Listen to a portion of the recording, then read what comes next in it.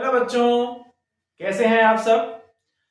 आज हम जो लेनार्ड और मिलिकन का जो एक्सपेरिमेंट था फोटो इलेक्ट्रिक इफेक्ट से रिलेटेड, ठीक है, उसके बेसिस पे जिन जिन निष्कर्ष पे या फिर कंक्लूजन पे वो पहुंचे, ठीक है, उसके अकॉर्डिंग उन्होंने कुछ लॉस हमको दिए। ठीक है, उन्होंने बताया कि हाँ भाई ऐसे ऐसे होता है, ठीक है, जिसको हम बोलते हैं loss of photoelectric emission. ठीक है, तो आज हम इसी के बारे में चर्चा करने वाले हैं। पहले हम उस लॉ को देखेंगे, फिर लॉ के अकॉर्डिंग जो है हम प्लैंक्स थ्योरी की बात करेंगे और साथ ही साथ आइंस्टाइन्स इक्वेशन देखेंगे, जिसके बेसिस पे हम इस लॉस मतलब इन लॉस को हम क्या कर सकते हैं, प्रूफ कर सकते हैं। ठीक है, तो चलिए शुरू करते हैं। Laws of photoelectric emission में सबसे पहला लॉ ये है, फॉर अ गिवन मेटल, ठीक है, कोई भी मेटल हो, and frequency of incident radiation, ठीक है, कोई मेटल है और उसके साथ क्या है, उसका फ्रीक्वेंसी ऑफ इंसिडेंट रेडिएशन, जिस भी फ्रीक्वेंसी का उसमें आ रहा हो, the number of photoelectrons ejected per second is directly proportional to intensity of incident light. ये हमने प्रीवियस वीडियो में डिस्कस किया हुआ है कि जैसे जैसे हम उस क्या बोलेंगे रेडिएशन का इंटेंसिटी को बढ़ाते जाते हैं, नंबर ऑफ जो इलेक्ट्रॉन एमिशन है ना, या फिर नंबर ऑफ फोटो इलेक्ट्रॉन जो बाहर निकल रहे हैं उनकी संख्या भी क्या हो जाती है, बढ़ती जाती है। हमने इसके ऊपर ग्राफ भी देखा था। ठीक है, दूसरा लॉ ये बोलता है, the photoelectrons are emitted with a range of kinetic energy. जो फोटो इलेक्ट्रॉन्स एमिट होते हैं बच्चों, उसमें काइनेटिक एनर्जी कहां से कहां तक होता है, 0 से लेके अप टू मैक्सिमम। मतलब कुछ इलेक्ट्रॉन्स ऐसे होंगे जिनमें वो एमिट तो हो जाएंगे पर उनका काइनेटिक एनर्जी मतलब बिना वेलोसिटी के होते हैं। कुछ इतने तेजी से एमिट होते हैं कि उनका वेलोसिटी जो है बहुत ज्यादा होता है। ठीक है, तो आपको याद रखना है कि जो फोटो इलेक्ट्रॉन्स एमिट हो रहे हैं, है ना, उनका जो रेंज है काइनेटिक एनर्जी का वो 0 से लेके मैक्सिमम तक रहता है। ठीक है, साथ ही साथ उसमें भी याद रखना है कि जो काइनेटिक एनर्जी मैक्सिमम है वो does not depend on the intensity of light. ठीक है, हम ये बोल सकते हैं कि इलेक्ट्रॉन एमिशन पर सेकंड या photo electron emitted per second is directly proportional to intensity of light, but kinetic energy का इंटेंसिटी के साथ कोई भी क्या बोल सकते रिलेशन नहीं है, उसके ऊपर वो डिपेंड नहीं करता। ठीक है, तो आप चाहें तो इसको नोट कर सकते हैं। इसमें टोटल 4 लॉस है, तो 2 लॉस को आगे देखते हैं।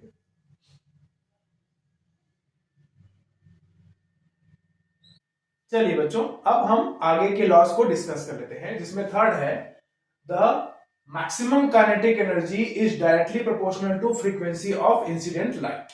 ठीक है, जैसे जैसे हम उसकी फ्रीक्वेंसी को वेरी करते जाएंगे, ठीक है, वैसे वैसे ही आपका kinetic energy of the electron वो भी क्या होते जाएगा बच्चों, वेरी होते जाएगा। ठीक है, अगर हम उसको इंक्रीज करते हैं तो काइनेटिक एनर्जी ऑफ इलेक्ट्रॉन बढ़ेगा, फ्रीक्वेंसी को हम कम करते हैं तो क्या होता है, काइनेटिक एनर्जी ऑफ इलेक्ट्रॉन जो है वो क्या होगा, कम होगा। ठीक है, एक फ्रीक्वेंसी ऐसा होता है जिसमें इलेक्ट्रॉन का एमिशन जो है वो पूरी तरह से क्या हो जाता है, स्टॉप हो जाता है, रुक जाता है। ठीक है, हम जब उसको कम करते जाएंगे, है ना, वो जाहिर बात है, जब हम उसको कम करते जाएंगे तो क्या होगा, काइनेटिक एनर्जी जो है वो कम होगा, ऑब्वियस सी बात है। काइनेटिक एनर्जी कब बढ़ता है, जब उनको एनर्जी मिलता है। फ्रीक्वेंसी को हम कम करते जाएंगे, उनको प्रॉपर अमाउंट ऑफ एनर्जी नहीं मिलेगा, इसके कारण से इलेक्ट्रॉन का एमिशन जो है वो स्टॉप हो जाता है। तो जिस फ्रीक्वेंसी पे वो इलेक्ट्रॉन एमिशन स्टॉप होता है उसको बोला जाता है थ्रेशोल्ड फ्रीक्वेंसी या कट ऑफ फ्रीक्वेंसी। ठीक है, क्या बोलेंगे, थ्रेशोल्ड फ्रीक्वेंसी या कट ऑफ फ्रीक्वेंसी बोला जाता है। ठीक है, तो इसको भी आपको याद रखना है कि द काइनेटिक एनर्जी या maximum kinetic energy directly proportional to frequency of incident light. ठीक है, चौथा लॉ बहुत इजी है, वो बोलता है कि the photo electric emission is an instantaneous process.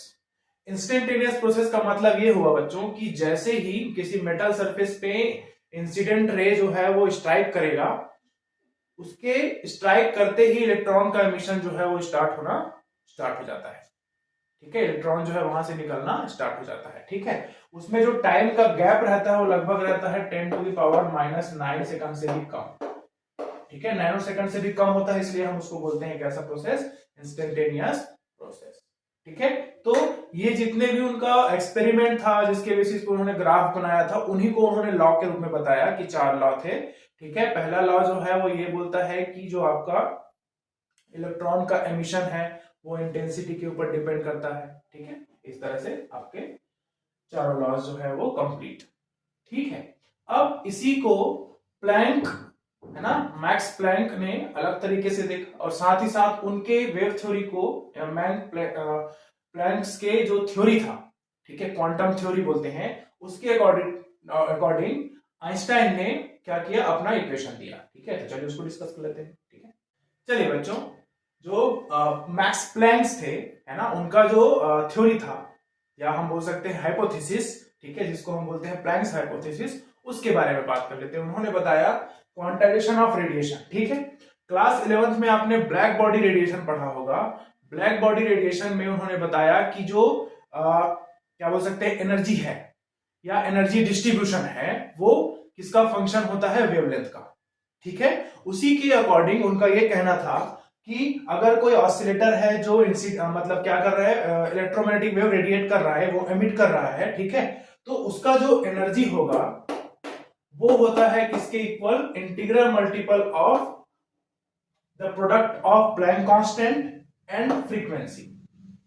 ठीक है, उनका यही कहना था, उनका हाइपोथेसिस ये कहता है कि the energy of an incident radiation, ठीक है, वो किसके बराबर होता है, integral multiple of the plank constant and the frequency of the incident radiation. ठीक है, उनका यह भी कहना था कि जो इंसिडेंट रेडिएशन निकलता है वो कंटिन्यूअस नहीं होता। ठीक है, उनका ये कहना था कि इलेक्ट्रॉन मतलब जो भी रेडिएशन आ रहे हैं, ठीक है, वो जो है वो कंटिन्यूअस नहीं थे। ठीक है, उनके अकॉर्डिंग कैसा था कि जो निकल रहा है वो कैसे थे, डिस्क्रीट बंडल के फॉर्म में थे, अलग अलग बंडल के फॉर्म में, डिस्क्रीट बंडल। ठीक है, और साथ ही साथ या फिर बोलते थे पैकेट्स ऑफ एनर्जी। ठीक है, उन्होंने रेडिएशन को कंटिन्यूअसली मतलब एनर्जी,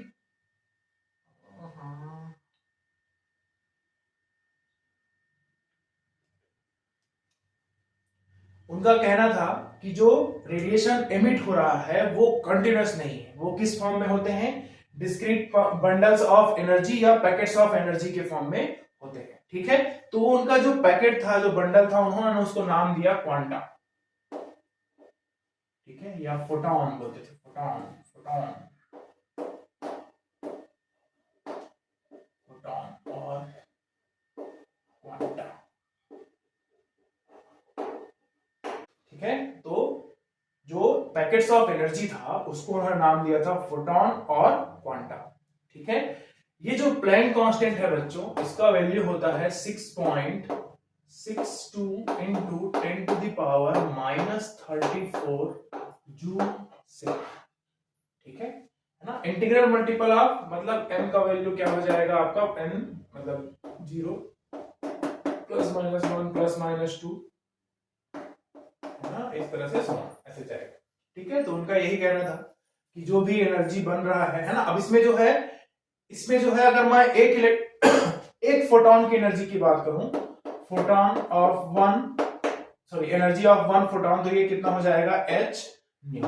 तो उनका कहना था कि जितने भी फोटॉन होते हैं वो सारे के सारे क्या होते हैं, इंडिविजुअल एनर्जी कैरी करके चलते हैं।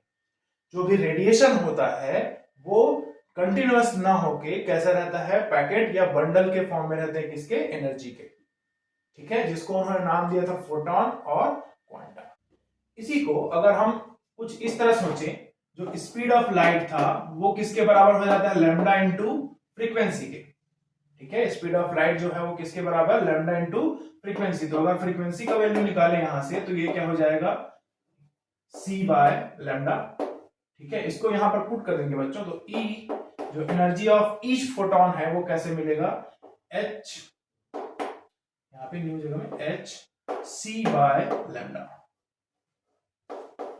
ठीक है, ये c, तो इसको हम बोलते हैं energy of photon according to Planck's hypothesis.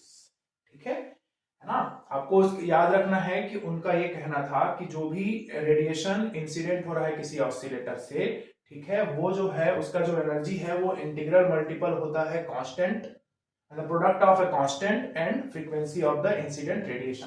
ठीक है। उनका ये भी कहना था कि जो एनर्जी वहां से रिलीज हो रहा है रेडिएशन के फॉर्म में, वो जो है वो कंटिन्यूअस ना होके किस तरह से रहता है, डिस्क्रीट बंडल्स ऑफ एनर्जी और पैकेट्स ऑफ एनर्जी के फॉर्म में होता है। उन बंडल्स को या पैकेट ऑफ एनर्जी को उन्होंने नाम दिया था क्या, क्वांटा। ठीक है, क्या बोला उन्होंने, क्वांटा, या फिर उसको बोलते थे फोटॉन्स। ठीक है, बस इतना सही है, क्वांटाइजेशन ऑफ रेडिएशन। ठीक है, तो इनका जो श्रेय जाता है वो किसको जाता है, मैक्स प्लैंक। Max Planck. ठीक है, और ये जो H है इसी को बोला जाता है प्लैंक्स कांस्टेंट। ठीक है, जिसका value 6.62 into 10 to the power -34 joule second होता है। ठीक है, नोट कीजिए इसको। चलिए बच्चों, अब हम बात कर लेते हैं अबाउट आइंस्टाइन्स फोटोइलेक्ट्रिक इक्वेशन।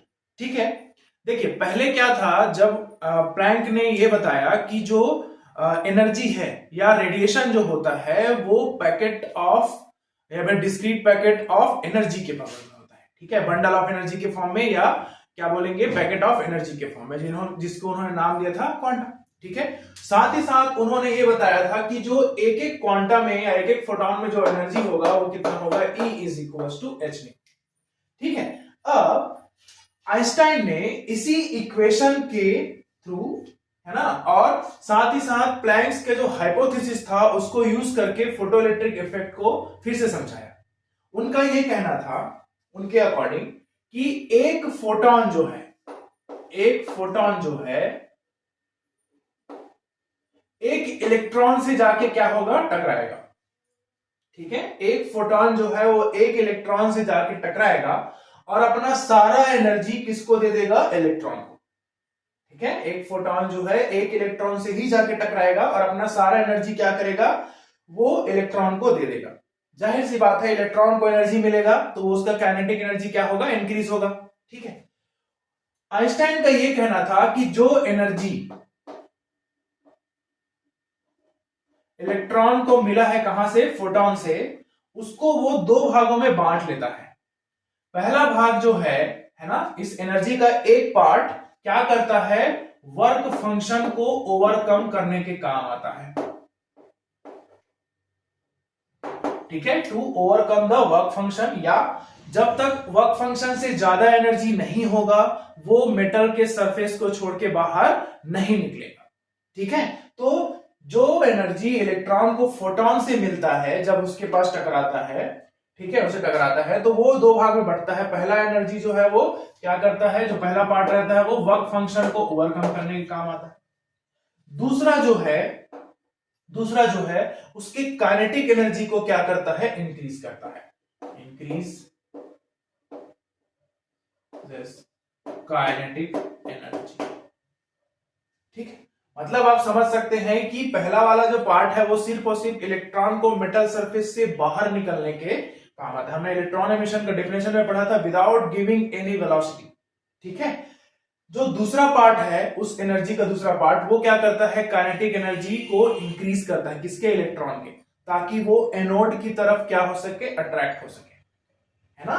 ठीक है, तो यहां पर ये समझ में आया, अकॉर्डिंग टू आइंस्टाइन, ठीक है, on the basis of Planck's hypothesis, है ना, उन्होंने क्या बताया कि जो एनर्जी, उनका ये भी कहना था कि एक फोटॉन एक इलेक्ट्रॉन से ही टकराएगा और अपना सारा एनर्जी किसको दे देगा, इलेक्ट्रॉन को। वो इलेक्ट्रॉन जो है वो दो भाग में उस एनर्जी को यूज करता है। पहला ये वर्क फंक्शन को ओवरकम करने के लिए, वर्क फंक्शन को ओवरकम करेगा मतलब क्या होगा, मेटल के सरफेस से वो बाहर निकल जाएगा। ठीक है, और साथ ही साथ काइनेटिक एनर्जी को इंक्रीज करने के लिए। ठीक है, तो हम ये बोल सकते हैं कि उसका जो टोटल एनर्जी होगा, जो एनर्जी इसको मिला है, ठीक है, वो किसके बराबर हो जाएगा, आप सोच सकते हैं, वर्क फंक्शन प्लस काइनेटिक या केमैक्स के, है ना। तो अगर हम एनर्जी की बात करें तो अगर हम इसको लेते हैं एच न्यू, ठीक है, और ये हो गया work function phi not, plus k max की बात करेंगे, मान लेते हैं कि हमारे पास जो इलेक्ट्रॉन है उसका मास है कितना, m, और वो v मैक्स वेलोसिटी से क्या हो रहा है, ट्रेवल कर रहा है। तो हमको इक्वेशन क्या मिलेगा बच्चों, h nu is equal to phi not work function plus kinetic energy. ये आपको याद रखना है कि जितना एनर्जी फोटॉन से इलेक्ट्रॉन में ट्रांसफर होगा वो दो पार्ट में डिवाइड हो जाएगा, दोनों को सम करेंगे टोटल एनर्जी निकल जाएगा। टोटल एनर्जी कितना था, h न्यू, ये इतना। ठीक है, इसको हम इस तरह से भी लिख सकते हैं कि जो half m v max square है बच्चों, वो किसके बराबर हो जाएगा, h nu minus work function के। ठीक है, इसको भी आपको याद रखना है। ठीक है, चलिए अगर हम एक कंडीशन लगाएं, if the frequency of incident photon is है ना इक्वल टू थ्रेशोल्ड फ्रीक्वेंसी, ठीक है, या कट ऑफ फ्रीक्वेंसी के क्या हो, इक्वल हो, इसको हम लिख देते हैं V नॉट से। ठीक है ना। तो अच्छे से याद रखना बच्चों कि अगर इंसिडेंट फोटॉन का अगर फ्रीक्वेंसी जो है वो थ्रेशोल्ड फ्रीक्वेंसी के बराबर हो जाएगा तो उस कंडीशन में जो इलेक्ट्रॉन है वो सिर्फ और सिर्फ मेटल सरफेस से बाहर निकलेगा, उसमें किसी भी प्रकार का वेलोसिटी नहीं होगा। और अगर वेलोसिटी नहीं है इसका मतलब यह है कि काइनेटिक एनर्जी कितना हो जाएगा बच्चों, 0, या हम बोल सकते हैं 1/2 mv मैक्स स्क्वायर, इसका वैल्यू किसके बराबर हो जाएगा, 0 के, इस कंडीशन में, है ना। और हमने बोला कि तो अब जाहिर सी बात है कि अगर काइनेटिक एनर्जी 0 हो गया तो यहां पर से हमको क्या मिलेगा, h nu not is equal to कितना हो जाएगा, 5, है ना। अभी इस इक्वेशन में रखेंगे, इसका वैल्यू 0 हो गया और इसके जगह न्यू के जगह न्यू नॉट लेंगे क्योंकि थ्रेशोल्ड फ्रीक्वेंसी के बराबर है ना। तो ये इतना, तो ये क्या मिलेगा, work function is equal to h into nu not. ठीक है, यहां बोलेंगे प्लैंक्स कांस्टेंट एंड क्या बोलेंगे, थ्रेशोल्ड फ्रीक्वेंसी। ठीक है, तो अगर थोड़ा सा इसको मॉडिफाई करें, ठीक है, यहां पे रख देते हैं इसको, तो ये क्या हो जाएगा, 1/2 mv max square is equals to h nu है ये, तो ये हो जाएगा h nu minus h nu not. ठीक है, तो यहां से अगर हम h कॉमन निकाल लेंगे तो ये हो जाएगा न्यू माइनस न्यू नॉट। ठीक है, ये किसके बराबर आएगा, k मैक्स के बराबर। ठीक है, तो k मैक्स जो होता है उसका फॉर्मूला ये। ठीक है, इस इक्वेशन को हम बोलते हैं आइंस्टाइन्स फोटोइलेक्ट्रिक इक्वेशन। ठीक है, आपको बस ये ध्यान रखना है कि जब फ्रीक्वेंसी ऑफ इंसिडेंट फोटॉन जो है वो थ्रेशोल्ड फ्रीक्वेंसी के इक्वल हो जाएगा, उस केस में काइनेटिक एनर्जी का वैल्यू होगा बच्चों 0। इसमें काइनेटिक एनर्जी का 0 रखेंगे वैल्यू, तो यहां पर से हमको क्या मिलेगा, ये इक्वेशन मिलेगा। और इसको अगर हम वापस इसमें पुट करें, ठीक है, वापस इसमें पुट करें, ठीक है, तो क्या मिलेगा हमको, k max that is equals to h mu minus mu not. ठीक है, इस इक्वेशन को बोला जाता है आइंस्टाइन्स फोटोइलेक्ट्रिक इक्वेशन। ठीक है, नोट कीजिए इसको।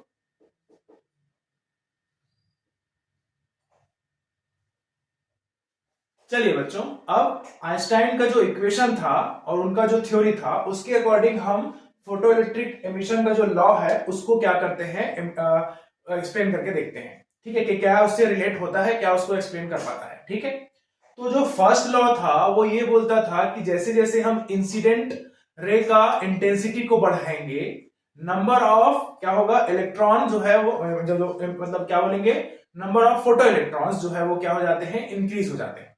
ठीक है, अब इसको देखते हैं। हमको पता है अकॉर्डिंग टू आइंस्टाइन, उन्होंने बोला कि एक फोटोन जो है वो क्या होगा, एक इलेक्ट्रॉन से टकराएगा और अपना पूरा एनर्जी उसको क्या करेगा, दे देगा। ठीक है, तो जाहिर सी बात है अगर हम इंसिडेंट रेडिएशन में जो भी लाइट इंसिडेंट हो रहा है मेटल सरफेस पे, उस पे नंबर ऑफ फोटोन को क्या करें, इंक्रीज करें, है ना। नंबर ऑफ फोटोन को इंक्रीज करेंगे तो जाहिर सी बात है पहले एक फोटोन अर्थात एक इलेक्ट्रॉन, अगर 2 फोटोन आएंगे तो 2 इलेक्ट्रॉन, इसी तरह से अगर 20 फोटॉन्स आएंगे तो 20 इलेक्ट्रॉन्स वहां से बाहर निकलेंगे। इसका मतलब ये हुआ कि जब हम नंबर ऑफ फोटॉन्स को इंक्रीज करते हैं तो नंबर ऑफ इलेक्ट्रॉन एमिटेड भी क्या हो जाता है, इंक्रीज हो जाता है उसके। तो हम ये बोल सकते हैं कि फोटॉन का भी इंक्रीज होगा जब हम क्या करेंगे, लाइट की इंटेंसिटी को बढ़ा देंगे। तो इस तरह से हम बोल सकते हैं कि जो आपका इक्वेशन था h nu minus new not, है ना, और उनका जो थ्योरी था जिसमें उन्होंने बोला था कि जो एनर्जी इसको मिलता है वो दो पार्ट में डिवाइड होता है, उसके अकॉर्डिंग ये जो फर्स्ट लॉ है कि इंटेंसिटी ऑफ इंसिडेंट रेडिएशन को बढ़ाने से नंबर ऑफ इलेक्ट्रॉन्स भी क्या हो जाते हैं, इंक्रीज हो जाते हैं। ठीक है, तो इसको हम इस तरह से समझ सकते हैं। चलिए बच्चों दूसरे लॉ की तरफ चलते हैं। दूसरा लॉ क्या था, वो बोलता था कि जो काइनेटिक एनर्जी ऑफ इलेक्ट्रॉन है, ठीक है, maximum kinetic energy of electron, वो इंटेंसिटी ऑफ लाइट के ऊपर डिपेंड नहीं करता है। जाहिर सी बात है, अगर हम इस फॉर्मूले से देखें तो k मैक्स, है ना, ये वाला तो कांस्टेंट क्वांटिटी है, तो और ये जो है ये भी कांस्टेंट है, तो ये किसके ऊपर डायरेक्टली प्रोपोर्शनल हो जाएगा, आपके फ्रीक्वेंसी के ऊपर। ठीक है, तो हम बोल सकते हैं कि kinetic energy of the maximum kinetic energy of the emitted electron is directly proportional to the frequency। ठीक है, बट हमको ये पता है कि जब हम फ्रीक्वेंसी को क्या करेंगे, वहां पे इंक्रीज करते जाएंगे, ठीक है, फ्रीक्वेंसी को इंक्रीज करते जाएंगे तो नंबर ऑफ इलेक्ट्रॉन एमिटेड जो है उनकी संख्या बढ़ेगी, बट जो एनर्जी है वो कैसे रहेगा, कांस्टेंट। तो इस बेसिस पे हम बोल सकते हैं कि जो kinetic energy, maximum kinetic energy of electron है, वो इंटेंसिटी ऑफ लाइट के ऊपर या इंटेंसिटी ऑफ इंसिडेंट रेडिएशन के ऊपर डिपेंड नहीं करता है, वो सिर्फ और सिर्फ किसके ऊपर डिपेंड करेगा, उसके फ्रीक्वेंसी के ऊपर। ठीक है, तो ये था हमारा दूसरा लॉ। ठीक है, तीसरा लॉ ये बोलता था कि जो kinetic energy, maximum kinetic energy है, वो फ्रीक्वेंसी के ऊपर डिपेंड करता है। ठीक है, उसको देख लेते हैं कैसे। आप सभी जानते हैं कि अगर मैं यहां पर कंडीशन लगा दूं कि जो आपका न्यू है वो हो जाए न्यू नॉट से कम, अगर ये कंडीशन है कि जो इंसिडेंट फ्रीक्वेंसी है उसके थ्रेशोल्ड फ्रीक्वेंसी से कम है, तो आप समझ सकते हैं कि यहां पर इलेक्ट्रॉन का एमिशन जो है वो पॉसिबल ही नहीं होगा, है ना, क्योंकि वो जो काइनेटिक एनर्जी है वो कैसे हो जाएगा, नेगेटिव हो जाएगा। ठीक है, तो हमको ये पता है कि इलेक्ट्रॉन के बाहर निकलने के लिए जो इंसिडेंट फ्रीक्वेंसी होगा वो थ्रेशोल्ड फ्रीक्वेंसी से क्या होना चाहिए, ज्यादा। ठीक है, अब अगर उसका फ्रीक्वेंसी ज्यादा है तो क्या होगा, वो इलेक्ट्रॉन जो है वो उस एनर्जी को दो पार्ट में डिवाइड करके उसको अपने काइनेटिक एनर्जी को बढ़ाने के लिए यूज कर सकता है। तो इस तरह से हम बोल सकते हैं कि जो तीसरा लॉ है ना, वो भी प्रूफ हो जाता है बाय द हेल्प ऑफ ये। ठीक है, चौथा लॉ ये बोलता था कि जैसे ही इंसिडेंट रे मेटल सरफेस पे टकराएगा, इलेक्ट्रॉन को एनर्जी मिलेगा, वो तुरंत वहां से बाहर निकल आएंगे। हमने देखा था कि उसका जो टाइम लैग कितना होता है, 10 टू द पावर -9 सेकंड से भी कम। ठीक है, तो बिल्कुल आप समझ सकते हैं कि अगर कोई एक फोटोन इलेक्ट्रॉन को अपना एनर्जी दे रहा है ना, इसके पास इतना एनर्जी होगा कि इलेक्ट्रॉन जो है तुरंत वहां से क्या हो जाएगा, बाहर निकल आता है ना, एक बार में एक इलेक्ट्रॉन, है ना, ये तो हम वो उन्होंने बताया था कि एक फोटोन एक इलेक्ट्रॉन से टकराएगा, अपना सारा एनर्जी उसको देगा। ठीक है, तो हम ये भी बोल सकते हैं कि जैसे ही वो इंसिडेंट रेडिएशन मेटल सरफेस से क्या होगा, टच होगा या उसमें इंसिडेंट होगा, तुरंत ही वहां पर इलेक्ट्रॉन जो है वो निकलने स्टार्ट हो जाता है, वहां पर कोई टाइम गैप जो है वो ज्यादा नहीं होता है। ठीक है, तो इस तरह से हम by the help of Einstein's theory and Planck's theory हम क्या कर सकते हैं, लॉ ऑफ फोटोइलेक्ट्रिक एमिशंस को एक्सप्लेन कर सकते हैं। ठीक है, चलिए बच्चों एक क्वेश्चन देख लेते हैं। If radiation of wavelength 5000 angstrom is incident on a surface of work function 1.2 electron volt, find the stopping potential। बहुत छोटा सा क्वेश्चन है। ठीक है, तो जब हम इसको सॉल्व करेंगे, है ना, तो हमको पहले जो दिया हुआ है उसके अकॉर्डिंग चीजों को हम देखेंगे। ठीक है, तो हमको पहले दिया हुआ है वर्क फंक्शन दिया हुआ है, तो हम वर्क फंक्शन की बात करेंगे तो phi not is equal to 1.2 electron volt. अगर इसको थोड़ा सा मॉडिफाई करें तो ये हो जाएगा 1.2 into 1.6 into 10 to the power -19 joule. ठीक है, मल्टीप्लाई करो, ऐसा 1.92 into 10 to the power -19 joule, ये इसका वैल्यू हो गया किसका, वर्क फंक्शन का। हमको लैम्डा दिया है, वेवलेंथ दिया हुआ है 5000 एंगस्ट्रॉम के लिए 10 टू द पावर -10 मीटर, है ना, तो यहाँ पे सॉल्व करेंगे तो ये हो जाएगा 5 into 10 to the power -7 metre, ये किसका वैल्यू हो जाएगा, लैम्डा। ठीक है, अब हमको पता है कि जब हम इतना उसमें स्ट्राइक कराए हैं इस फ्रीक्वेंसी और वेवलेंथ का इंसिडेंट रेडिएशन, ठीक है, किसके ऊपर, इलेक्ट्रॉन वोल्ट के ऊपर, तो जाहिर सी बात है वहां पर जो काइनेटिक एनर्जी है वो निकलेगा। तो काइनेटिक एनर्जी का फॉर्मूला अगर हम लगाते हैं बच्चों, के मैक्स इज इक्वल्स टू, है ना, क्या होता था, H new minus H new not, जैसा, ठीक है। तो एच इसको लिख सकते हैं सी बाय लैम्डा, हमने ये किया हुआ है, और एच हो जाएगा वी न्यू नॉट, ठीक है। इसको हम फाइन नॉट भी लिख सकते हैं, वर्क फंक्शन होता है। तो एच का वैल्यू कितना, 6.62 into 10 to the power minus 34 into 3 into 10 to the power 8 upon lambda कितना निकाले हैं, 5 into 10 to the power minus 7 minus यहां पर कितना आएगा, ये जो लिखा हुआ है 1.92 into 10 to the power minus 90, ठीक है, वो माइनस कर देंगे, इसको सॉल्व करेंगे, ठीक है। तो ये कितना आएगा, देखिए मल्टीप्लाई करेंगे, 3 2 जा 6, 3 6 जा 18 और 18 plus 1 19, 19.86 into 10 to the power कितना हो जाएगा, देखिए ये नीचे 10 टू द पावर माइनस 7 है, ऊपर जाएंगे 10 टू द पावर 15 हो जाएगा। तो अगर हम 34 में 15 घटाएंगे तो वहां पर बचेगा माइनस 19, ठीक है। तो इसको सॉल्व करने पे कितना आएगा बच्चों,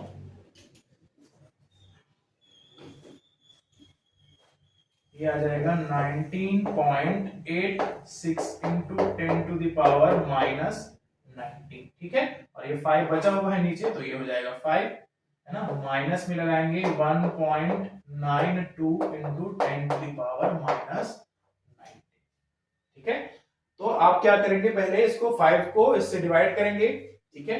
तो अगर हम यहां पर इसको डिवाइड करते हैं, 5 3 जा 15, 48, 5 9 जा, हाँ सही है, इतना आया, ठीक है। माइनस करेंगे तो ये हो जाएगा 5 0 और ये 2.05 into 10 to the power minus 19, ये कितना निकलेगा, काइनेटिक एनर्जी है तो जूल में निकलेगा, ठीक है।